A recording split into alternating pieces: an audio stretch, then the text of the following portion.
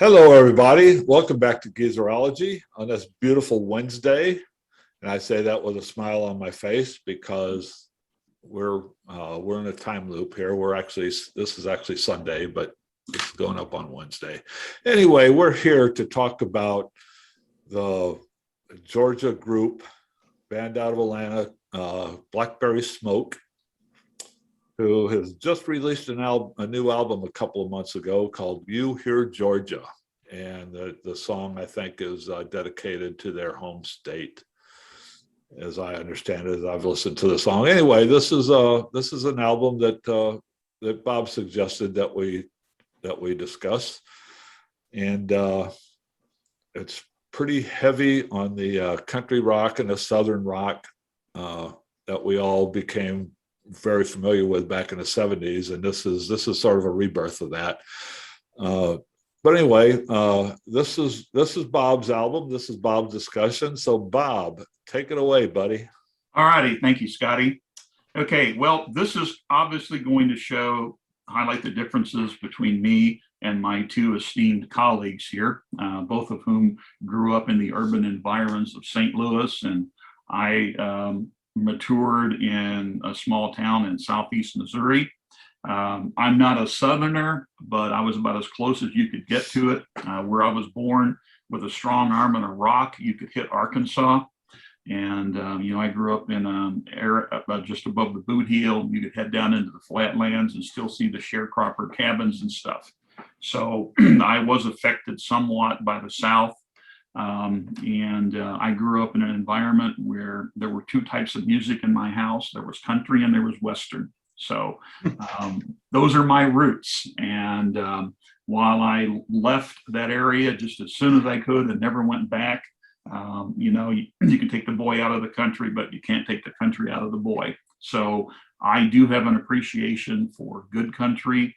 And I also, in that era of the 70s, I really enjoyed Southern rock, Marshall Tucker Band, Leonard Skinner, Allman Brothers Band, 38 Special, Blackfoot, all of those people. And I did like that genre. So the first time I heard Blackberry Smoke, I immediately flashed back, to that era with their sound. And then, I looked them up online and saw photographs of them. And these guys look like they got picked up from the 1970s and plopped right down into, the 21st century.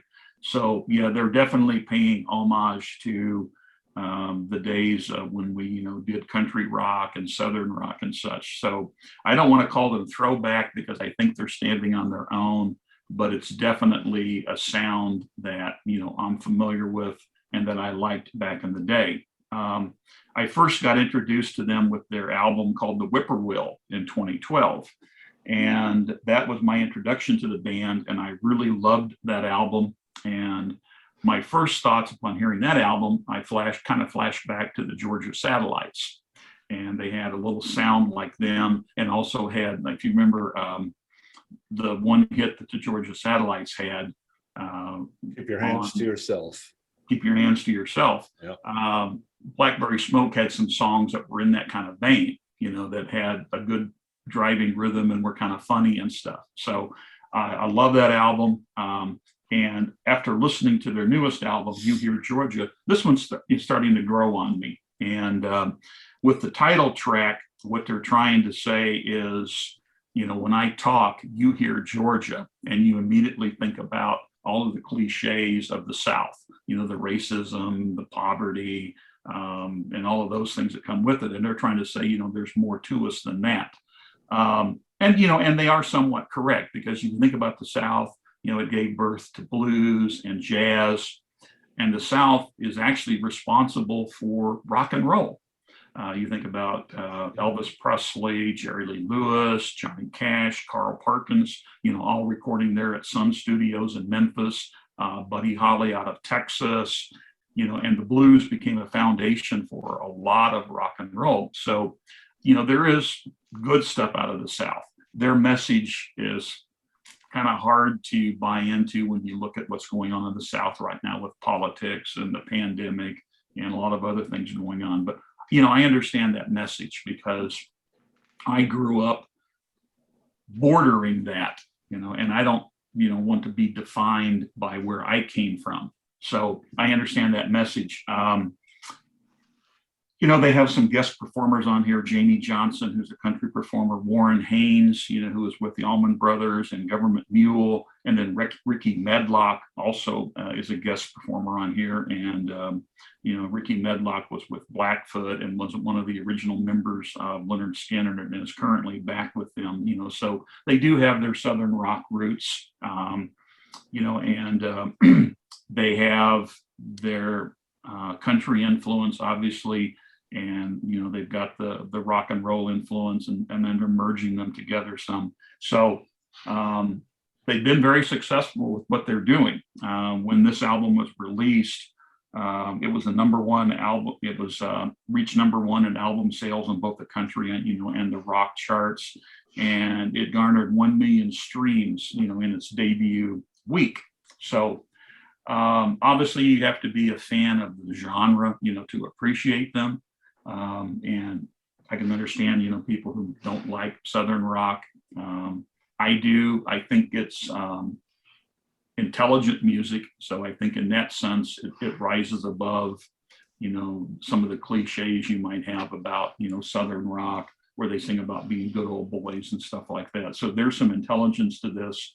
And one of the things that I do really like about country music is the songwriters have a real knack for wordplay, and they come up with interesting phraseologies, like "Thank God and Greyhound You're Gone," and some of those things. And a lot of their songs, they have that knack that especially came through on the Whippoorwill album. So anyway, that's it fits into a genre that I liked back in the day.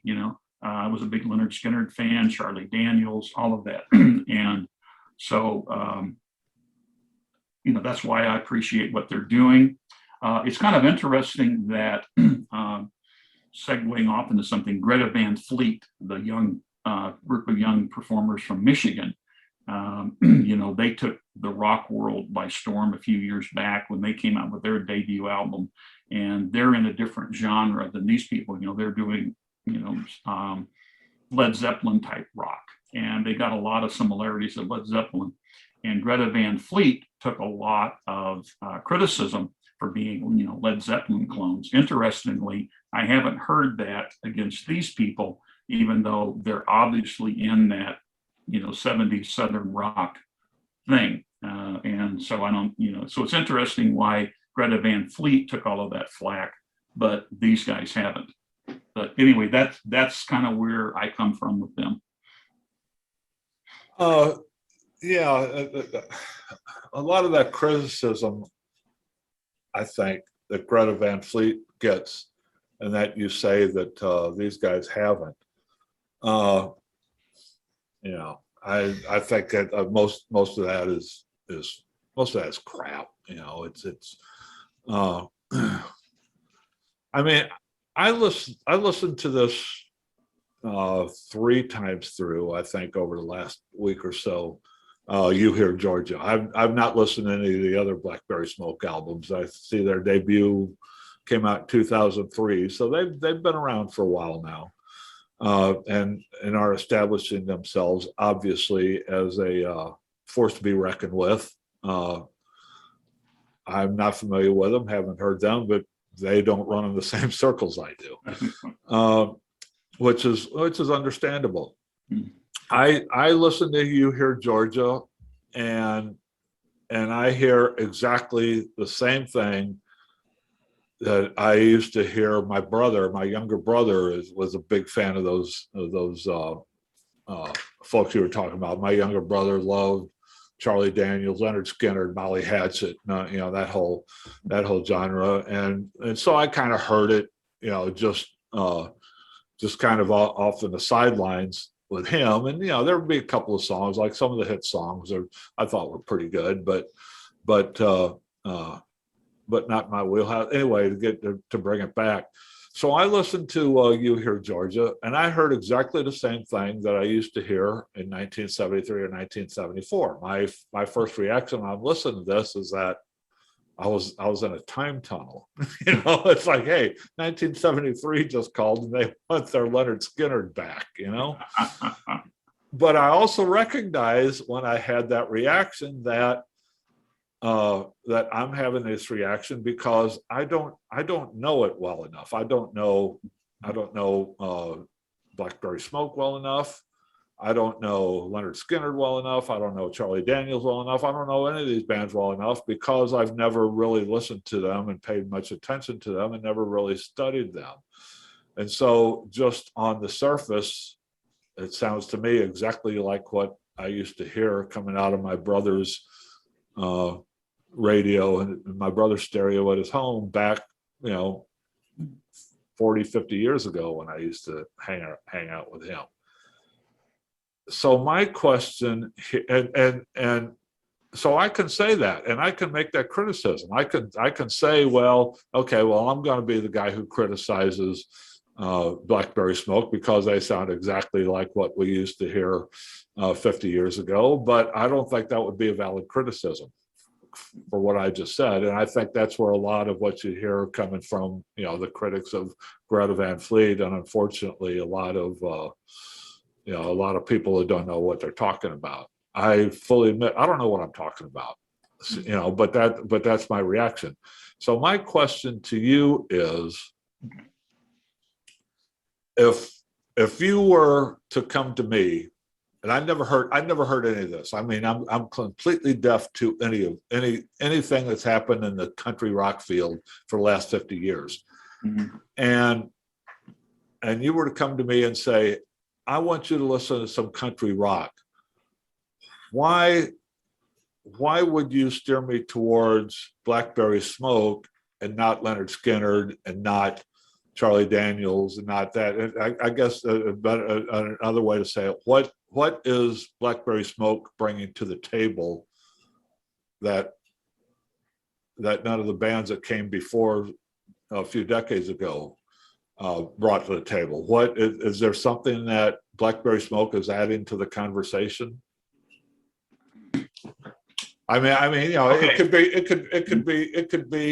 It could be a unique point of view from their lyrics. It could be somebody, it could be maybe their lead guitar player is particularly adept. Maybe the singer has a much better singing voice. Something. It could be anything. What is it though that a newbie would need to know that Blackberry Smoke brings to the table that hasn't been brought before?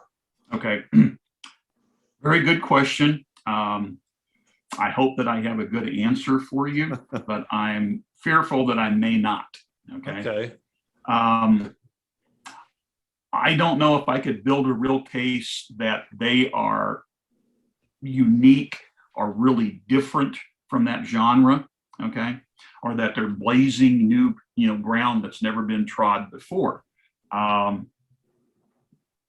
probably not, okay.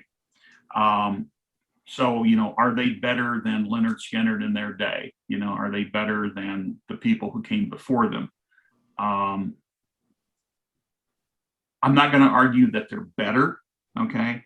But the things I like about this group, okay, and is their frontman Charlie Starr. I think he's got an interesting voice. Okay. I find the voice somewhat unique. They have a good mastery of country, blues, and straight ahead rock, and they manage to merge them well. And I think that they do a good job of that because they're very successful both on the country side and on the rock side. And that's not an easy bridge to cross, because a diehard country person is not going to necessarily go for rock and roll, and vice versa. But they have found a way to merge those two there at the center, and obviously like on this one, they have Lonesome for a Living, which features Jamie Johnson. That's pure country. And then Warren Haynes is on there, so he's bringing in those blues rock elements I think they've got good guitar work, and above anything else, Scott, I just think they're fun to listen to. And every once in a while, I just want to put something on that makes me feel good, that I tap my feet to, that I want to turn the volume up and have fun. Then the other thing that I really liked about them was some of the songwriting. And like on the Whippoorwill, the title song, the Whippoorwill, is a beautiful song. And then they had a song on there with that unique ability to write lyrics that are kind of country thing. And it's called 6 Ways to Sunday. And the chorus is about, I'm going to love you 6 ways to Sunday. I'm going to have that woman speaking in tongues, and so, they took that 6 ways to Sunday phrase and then tied it into a speaking in tongues and kind of got into the religious thing about, and so it's just, a nice play on words. And that, like I said earlier, that's one of the things that I like about, country lyrics. And so you're saying there's a cleverness about them that wasn't necessarily present in other bands. And I'm not saying for them to be legitimate they have to be the only ones that have a cleverness about them. But I guess where I was diving into was that what my first reaction is that you take them all and just put them into this big old basket, just reach in and pick one out, and you got Blackberry Smoke or whatever, but I guess what I'm asking, what you've successfully answered, I think, is you've told us something that separates them from the pack, right? And while they're a throwback. Okay, but they're a throwback. There's nothing wrong with it, but they add something. Yeah. So what they're doing is they're creating new music in a genre that we really haven't heard from for a long time. And how many more times can you listen to Freebird? Or Sweet Home Alabama, right? Okay. Or Keep Your Hands to Yourself, or whatever. Right, exactly. So here it's a music style that I like, with new lyrics and new songs, and then also they do kind of buck some traditions. On the Whippoorwill album, they have a song about growing up in a small town, and there's an irony in country music now that rural populations are diminishing, and all the population growth is coming in urban areas. Yet it's almost a cliche now for country people to write a song praising life in a small town, and how we can't wait for Friday night and Saturday night to go out in our trucks and drink and party and all that kind of stuff. And so they're singing about a way of life that is disappearing. And it's almost a cliche, to praise beer drinking and hell raising in a small town. Well, their song that they did about a small town actually paints a picture of how these small towns are dying, how there's little hope left there, and that if you stay in that town, you're growing up to do what your daddy did, and you're marrying young with, a dead end job and things. So they're avoiding that cliche. And then, you hear Georgia. You hear Georgia could be Sweet Home Alabama. Okay. But sadly, that's what I heard. That's what I heard when I heard You Hear Georgia. And like I said, as my first exposure to this band. So I mean, I wasn't going real deep. I mean, my first 3 times listening to this through, it's like you pick up things here and there, but I'm not at a point where I'm going really deep into what's going on with them just yet. So You Hear Georgia, could be Sweet Home Alabama. But if you think about it, the issues and the stuff going on in the South that Leonard Skinner sang about in Sweet Home Alabama back in the 70s is still going on today, if not even more so. And, if you look at the South demographically and things, there's a lot of change going on down there. And while right now the South is the rock bed of conservative republicanism and evangelical Christianity and all of that stuff, those are the fastest growing population places in the country. and the urban centers down there are growing, Atlanta, and Georgia, in 2021 elected 2 Democratic senators, one of them black, so I think there's a tidal wave of change coming. But, when we look at the South, I think this, and probably a lot of people think it, they think about racism and poverty and backwardness, so here's a new generation that's come up out of the South trying to say, there's more to us than that. The same thing that Leonard Skinner said, back in the 70s, there's more to us than that, and, Leonard Skinner back in the 70s, in that song, they attacked George Wallace, so I guess my thing is that, if those issues were there in the 70s and and Leonard Skinner had a right to sing about it, do these, and if some of that stuff is still going on now, 40 years later, doesn't this generation still have a right to sing about it? Well, that's sort of a backward, not backwards. That's sort of a back end way of basically saying that, all these problems that we had in the 1970s, we're here to tell you that they're still here. They're still here, and so my big thing is that we're here to tell you that hey, things should have changed by now, but they haven't. Yeah. And I guess my big thing about it is here's a band in an era when we don't have that many bands anymore. The big performers are all solo performers. Right. We don't have that band thing like we used to. So what I'm hearing is a new band doing a brand of music that I like, and it's new. I mean, it's not new. It's fresh. It's got new lyrics, so stuff I haven't heard before.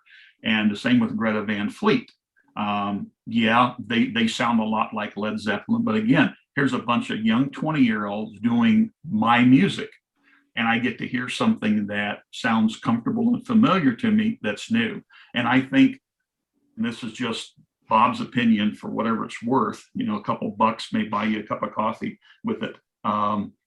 These guys aren't getting criticized because I think the people that like this type of music are okay with it still continuing. I think the criticism against Greta Van Fleet is a thing of elitism, and it's like, how dare you, try to copy Led Zeppelin? They were the best ever. How dare you? And I think people see this more as a carrying on of a tradition. And Bob, don't you think that's why they have a broad appeal? Yeah, I do. Their contemporary, I mean, I don't know the relative ages, maybe mid to late 20s, maybe early 30s. And true, I didn't do a deep dive either. I listened to the LP twice, and I caught a couple songs on video on YouTube, and one was a cover of a Tom Petty song, "You Got Lucky," which I thought was a really faithful interpretation of it.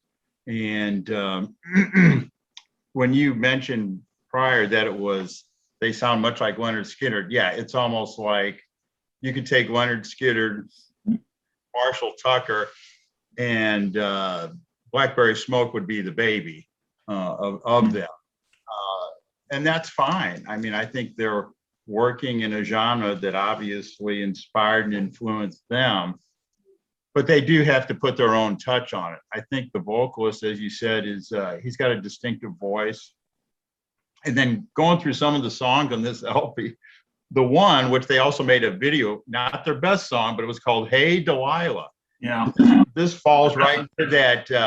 I'm driving my truck, I'm drinking some beer, and there's some hot chicks. Except this song's about a hot chick in shorts, and she's driving the 18-wheeler. Yeah. And the lyrics to me were something cut from George Jones and Hank Williams, and I think they were having fun with it, and that's okay. You can have fun and be serious too. And to have Warren Haynes come on there, that's kind of a tribute. He wouldn't attach himself to somebody that didn't have a lot on the table. Myself personally, I prefer their more acoustic ballad stuff because I think it allows the vocal to be more distinctive. And some of the more traditional stuff, similar to what Scott said, it sounds right out of that genre, and that's okay. But Old Scarecrow. That was the acoustic song I enjoyed. And, you know, is it my favorite genre? No, you're talking to somebody who has LPs by the Byrds, Buffalo Springfield, and Poco. But I do allow for it. And I think that some of the comments I read, at least on YouTube, all these comments are, of course, 90% positive that, you know, thank goodness I can listen to music that I grew up with, and they're addressing today's issues. So myself, you know, I don't think I run out and buy it, but it is something you can put on and have fun with. And I think that's it. It's fun. And they're big on performing, apparently. They record right in the studio. I don't see any auto tune or anything going on. So No, it sounds to me, I mean, that is one thing I pick up from it. I mean, it sounds like an organic band, which is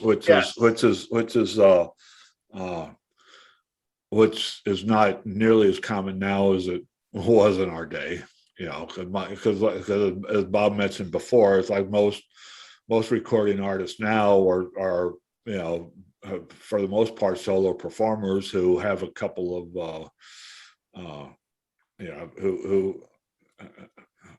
who are adept at using electronic instruments, you know, electronic gear, not so adept at playing instruments. You know, and I'm not saying good or bad. I'm just saying that's that's a reality of where we are now.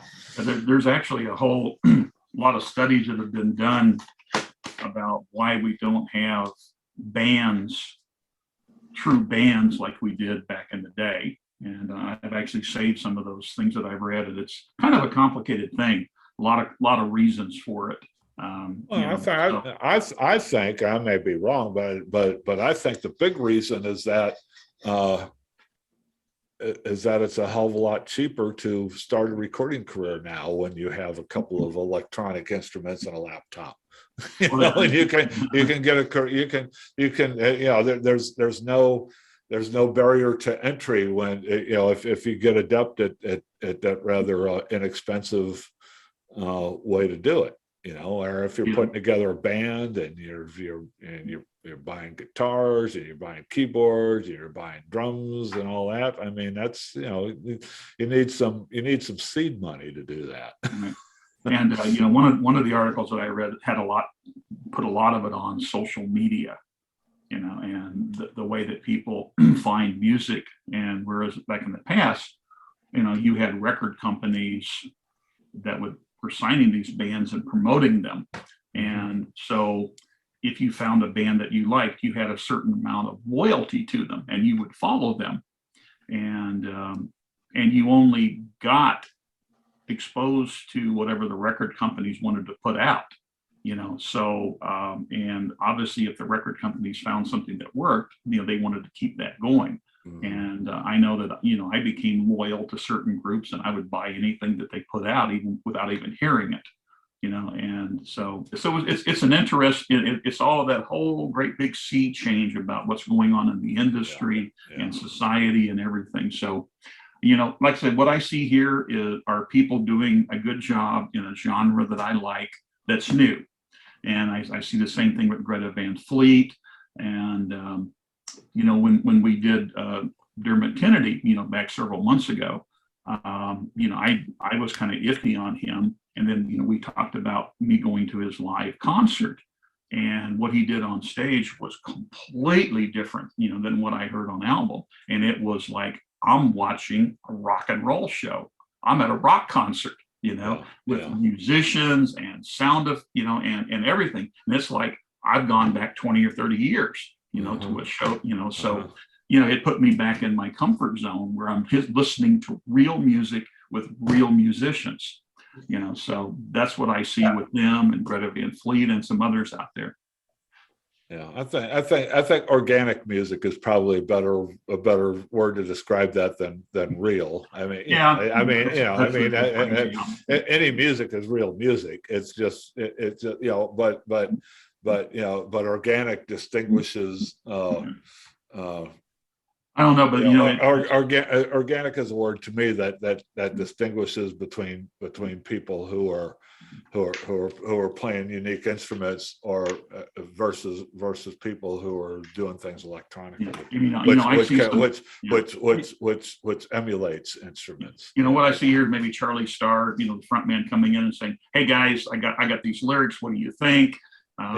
Okay, yeah, I like that. What do you think about this word? And then they sit down collectively and start working out different things. And hey, here's my bass run. What do you think? And then it all comes together, as opposed to let's bring in that drum track. Let's bring in this. Let's put it all together. Let's do some auto tune, and we got a song. Yeah, I mean, what you're talking about is, of course, the traditional way that groups would compose songs and rehearse and record, which Allman Brothers. Leonard Skinner, people went to see these guys do what they do live. I mean, apart from the music. And I think that's the one reason the Rolling Stones have lasted so long. My God, I mean, who does what they do live year after year after year? And I think people want that. It's like, I think one reason that maybe Regina Spektor, I prefer her and a guitar or her and a piano. And maybe just some bare instruments, not a whole lot of orchestra. That way you get the real, I guess organic is the word, of what their capabilities are and what their emotion is. So that's, well, it's that goes with me with Lady Gaga. I mean, I'm a huge fan of Lady Gaga when she's sitting at a piano or standing up singing with Tony Bennett or whatever. I've seen a couple of her concert videos. And they're just awful because it's all about everything except her singing some songs, it's like one of my favorite female performers, Linda Ronstadt. Linda would go on stage and just sing and have a great group of musicians backing her up. There were no elaborate stage shows. She didn't have 50 dancers on stage.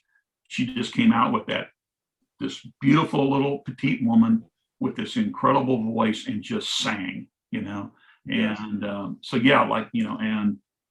so let me hear the performer, not all of the histrionics. But the organic is a great term, Scott, because I'm thinking about the Doors with "Light My Fire." Robbie Krieger comes in with the bare bones of the lyrics. Morrison adds some stuff. They're playing with in the studio. Manzarek says, "Hey, why don't you guys leave? Give me a few minutes to figure something out." They all come trooping back in, and he's playing the organ part. And next thing you know, here's this hell of a song that made him famous. Right. What have you heard much? You mentioned that you fell in love with the Whippoorwill, which was 2012, and that was their third album. Have you heard anything else by them? Yeah, like I said, the Whippoorwill was my introduction to them, and then I picked up what's the other one? There's Holding All the Roses, Like an Arrow. All the Roses. I've got that one, and then I've got their live album, and now I've been listening to You've Got Georgia. Okay, so you have a pretty good bag. You're not extensive with them, but you've heard the bulk of their material. Yeah, I've heard the bulk of it. I don't think I've heard their very debut album yet, but like I said, I do have 3 of their CDs, and the Whippoorwill, of all of the ones that I've heard, I would put the Whippoorwill as the best, and that was really their big breakout album. That was the one that gave them. Yeah, I'm looking at their discography, and that was their first. That was their third one. Their first 2 were on an independent label. So the Whippoorwill was their major label debut. It appears. The first one that got any sales. Like the first two never charted on anything. And then all of a sudden, from the Whippoorwill on, they're pretty much charting on all kinds of different. And I think they found their groove with the Whippoorwill, and they've been pretty popular since then. and and they're out on tour right now. In fact, they're coming to Kansas City, and I thought about picking up tickets, and I went, and it's at the same place that I saw. Well, if you pick Infinity. up tickets and you go see this show, we'll come back and we'll do a concert review. Well, I was With going to Dermot go, and Kennedy. I went to the concert. I went to the venue, and all of the affordable tickets are gone. Oh, okay. And the ones that were left, I was like, yeah, I think no, I don't Yeah. think so. Yeah. Especially not also with a pandemic roaring back. So, Do you think Marissa would accompany you to that concert? I'm sure she would. if I paid for it, I'm sure she would. Oh, well, yeah. Let's become a new series that we do. Dad takes Marissa to a concert. Yeah. But I think the cheapest seats now were like $70 or $80 or something. Yeah. And I can afford it, but it was just Right. Yeah. and also if we didn't have the coronavirus kicking Kansas City's butt, I would probably go. Be more open to going. Yeah. Yeah. They've released quite a number of singles I see here. Mhm. They've released none of them have really charted though. They seem to be doing better with album sales. Probably albums and tours. Yeah, they're not doing very well with singles. Doesn't look like. I They've think released a few of them, but none of them have made a dent on anything except for one called "Pretty Little Lie" off of the Whippoorwill. Bob, are you familiar with their song "One Horse Town"? Yes. Is that off Whippoorwill? Yes, it is. Okay, that's the one I came across on YouTube. Just acoustic guitars, and they had a guest female violinist, which I really liked that. Who else is That's the out? one. Go ahead. Yeah, that's the one where they talk about what life is actually like. Yes. Yeah. That's one where they don't sing the praises of getting drunk and driving trucks. They actually talk about the hard times of small towns, and I was born on a farm outside a little town called Naylor, and when the early years when I lived there on the farm, it was a prosperous little town, had a huge cotton gin, and a lot of people grew cotton around there. And I remember as a kid helping pick cotton. Yes, and I actually dragged a sack down the cotton rows. And I can remember my dad taking, wagons full of cotton down to the gin, and it was this big, huge complex. And even though it was a small town, it was still very prosperous. And now, if you go back to that town today, there's nothing left, and it's What this maybe you can't answer this question. What happened? Did just everybody move to larger towns, or they moved to larger towns? The small farms, like my dad had a 200-acre farm. Those don't exist any longer. One of my uncles was a farmer there. He had again a couple hundred acres. Well, his two sons, my cousins, they turned that farm into a couple thousand acres. So they had a big corporation going on, and then they drifted. Cotton was a big crop down there. Now, ironically, rice is a big crop, and like my cousins, they sell all their rice exclusively to the Uncle Ben's Corporation, for their rice products. And mainly the town now is full of retirees and things like that.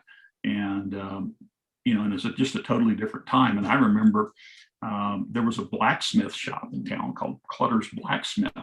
And it was an honest to God blacksmith shop, with the forge and everything.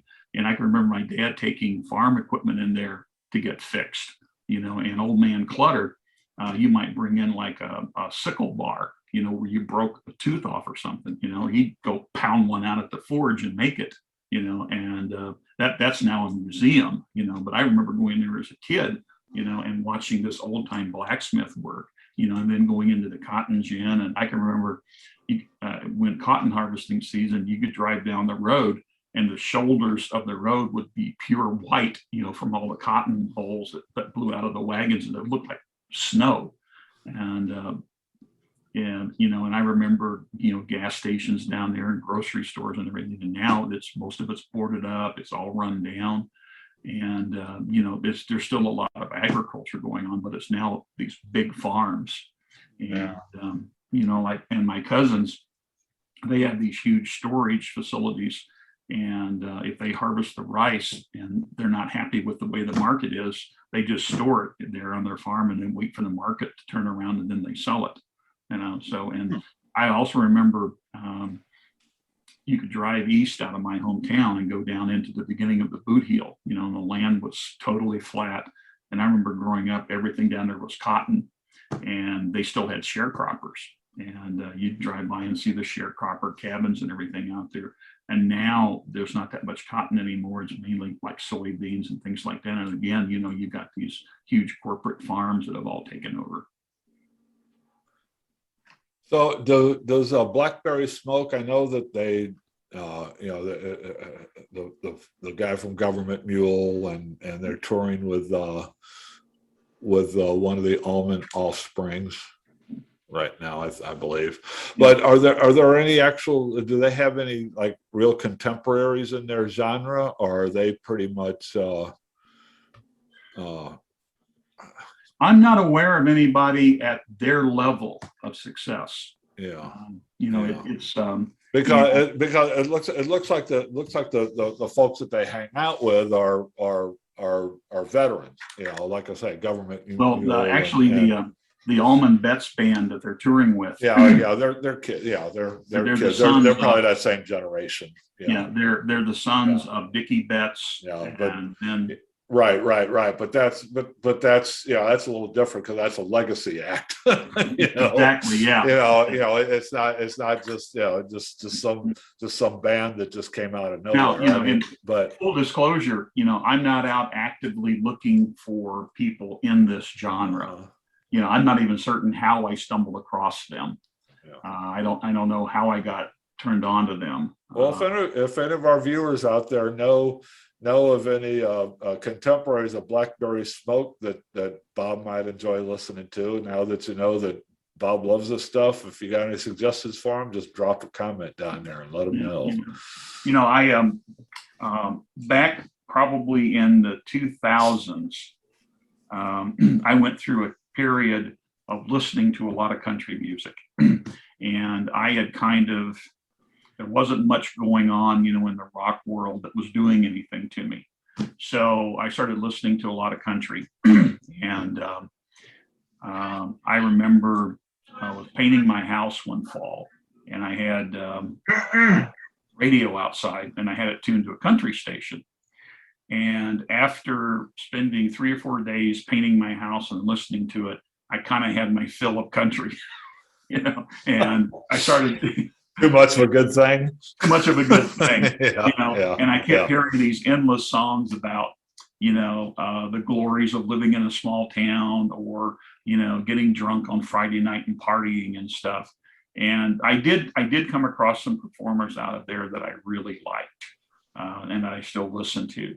But as a genre, I really kind of started walking away from it. And, these guys kind of put me back into the country that I like. Got it. I'm a big fan of Eric Church right now. I like what he does, but Eric is not your traditional country performer. He's a rebel. He's got rock elements in there, and he's not afraid to speak out against, Eric's for gun control and a lot of things. So, he's a rebel from the country field. But, so like I say, it's not something that I actively seek out, but, these guys I like. Throw some suggestions down in the comments. Yeah, let me know. Bob would love to hear them. Yeah. Do you have anything I have actually listened to the Allman Betts band a little bit, and they didn't do anything for me. Got it. But I like Government Mule. I like the Tedeschi Trucks band. They're more jam blues, Southern blues oriented than they are the Southern rock and roll stuff. Right. Yeah. Anything else for us, D? Nope. You got it covered. Okay. Well, there you have it. That was a very educational talk, Bob. Thanks for that. Well, you're welcome. I enjoyed that. Yeah. So, okay, I guess next week next week, I think we have planned, we're going to revisit our Doors discography. I think that's next week, isn't it? With Morrison Hotel. Awesome. Yeah, we're going to resume our look at the Doors next week at Morrison Hotel. Before we close out, Scott, I have a question for you. Yes. And I guess, Dan, I'll throw this one out to you also. So if a new band came up that was heavily influenced by Genesis, would you listen to them? Probably. I'm not going to sit here and say that I would automatically like them, but I would certainly listen. Okay, and if they did stuff that was comparable quality, you'd give them a chance. Oh, certainly. Okay. I'd give anything a chance. Yeah. But you know, I know where you're going. I know where you're going. Okay. Yeah. I guess be the same for you if somebody was doing something like Yes, but they were new.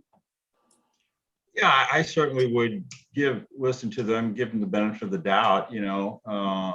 So The first thing I would ask would be the question that I asked you about Blackberry Smoke. If you gave me a band that was basically a Genesis throwback that's come along now, the first thing I would want to know, and the first thing I would listen for is to what separates this band from what Genesis has already done, or are they just trying to do what Genesis has already done? Period. End of story. If that's the case, no, I wouldn't like it much. But you know, I have a buddy of mine who's it'd be like been there, done that. But if you give me a fresh perspective on it, then I'm all in. You know. Well, it's like and that's where I was going. That's where I was going with that question I asked of you, and as far as my curiosity goes, you successfully answered that question. Does it make me want to run out and give them a harder listen? No, because it's just not Right. stuff I like to listen to. But I certainly appreciate being knowledgeable and being aware and being educated on. Well, on things that like, you know, it satisfies my curiosity. It satisfies my curiosity about the culture more than anything else, you know, and I enjoy that. Like I say, I have an old high school buddy of mine who lives in Columbia. He plays in a classic rock cover, but I shouldn't say classic. He plays in a cover band, and they do Leonard Skinner's "Give Me Three Steps." Yeah. But he absolutely refuses to play Freebird. You know, and if you're in the audience and you go Freebird, they'll throw you out. Yeah, I kind of get that. It's I kind of get that, but the whole thing, it's like, and it goes back to with my thing on the Stones. It's like, oh my, you know, when you said that they haven't really done anything, they haven't really recorded anything or come up with anything new for what, like 30 years, I'm going, yeah, so we're just listening to the same stuff over and over and over and over again. Okay, here we come. Okay, let's listen to 75-year-old Mick Jagger tell us how he can't get any satisfaction. No, thanks, I'm done. I'm out the door. You know, let's move on. Right. You know, and that, you know, and that's you know, that kind of covers this too. It's like, you know, been there, done that. Give me something new. I think you could say this about different genres of music, not just the country rock. Okay, so for instance, the Beatles, they heard Chuck Berry, Everly Brothers, Buddy Holly, and in their early songs, they played a lot of that music in their sets. They got their recording contract, and they did you know, Long Tall Sally, stuff like that, and then their new music, the Beatles showed you what they were bringing new to the table. Right. Well, they put their own, you know, I mean, they would record, like, I have nothing against cover bands. I have nothing against cover bands, but I have something against cover bands who their only reason for covering these songs is to make it sound as close as possible to what it sounded like before. Well, then what's the point? What's the point? I've already heard that. I've already heard that. It's like, okay, if you want to be a cover band, then come on out and improve on you know, and add a little different spin to what it is that you're covering. I'm all for that. Best example, Joe Cocker. You know, Yeah. Me, There you go. with a little help he from took my every friends. song that he covered and he made it a Joe Cocker song. Yeah, and, you know, Yeah, as he we- didn't sing a Leonard Cohen song. He took a Leonard Cohen song and made it a Joe Cocker song. exactly, And you know, that's with a little help. that's kind of where that's Exactly. where I'm going. Yeah. Yeah. Gotcha. And the Beatles covered, you know, the Shirelles, the Beatles covered Chuck Berry, the Beatles covered you know, a couple of country songs, but they made them Beatles songs, you know. You know, they added their own little personal stamp to them. And I mean, you know, what kind of stamp can the Rolling Stones still add to songs that they've been performing for 50 years? Well, you know, I saw the Stones in 2015, and it was a great show. And I mean, and they were letter perfect. But I'm also sitting there going, they've been doing these songs for 50 years. They should be letter perfect. They should be letter perfect. Yeah, yeah.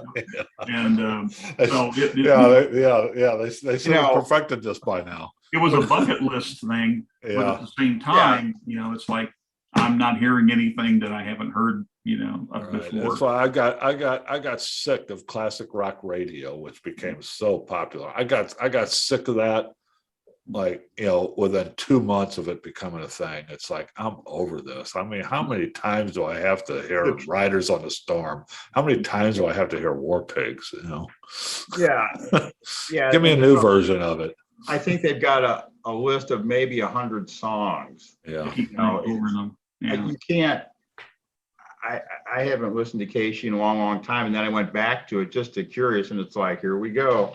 You know, at least back in the good old days, they could play some deep cuts from albums. You know, now it's I don't even know if they play the albums on Sunday, but they're not showcasing anybody new. That's for sure. Thankfully, there are some internet stations that are doing some deep cuts from classic stuff that, you know, you never hear before. And every once in a while I dip into that and pick up stuff that I've never heard before. Yeah, there's some good internet radio stations out there. Sirius XM has a couple of good stations too. That is good for that. But anyway, let's go ahead and wrap this up. All right. Yeah, we're getting a little long in the tooth on Blackberry Smoke. So okay, yeah, just join us next week. And hey, guess what? We're going to do a 50-year-old album next week. What a hell of an album. But Tune in, millennials. But you tune in, millennial. But yeah, the point is that we're trying to give we're trying to give a 2021 perspective on a 1970 album. That's kind of what we're trying to do here. So anyway, Bob, thanks for joining us. Dee, thanks for joining us. Thanks for joining us, all you folks out there. Please subscribe to our station, like it. We're going to try to do a little more contemporary things going forward. We've been talking about this for a little while. We're trying to evolve here. The geezers are trying to learn some new tricks. So so stick with us, and we've at some point we'll probably give you something that you really like and can't stop thinking about. Okay, thanks everybody. We'll see you next week. Peace out. Bye. Bye.